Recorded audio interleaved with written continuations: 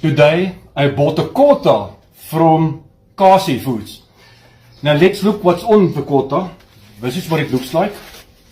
And as you can see, there's sriracha on it, an egg, and also some chips and ham. Okay, let's taste it. First the chippies.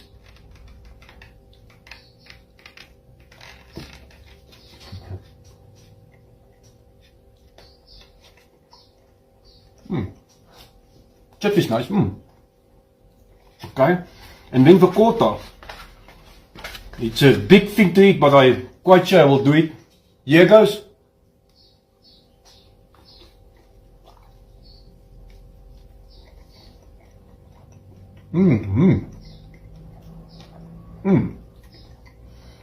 It's really delicious.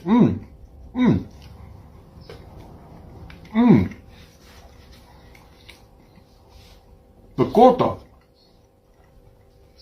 I rate it 7.9 and the chips are 7.5. Just guys, till next time. Love you all.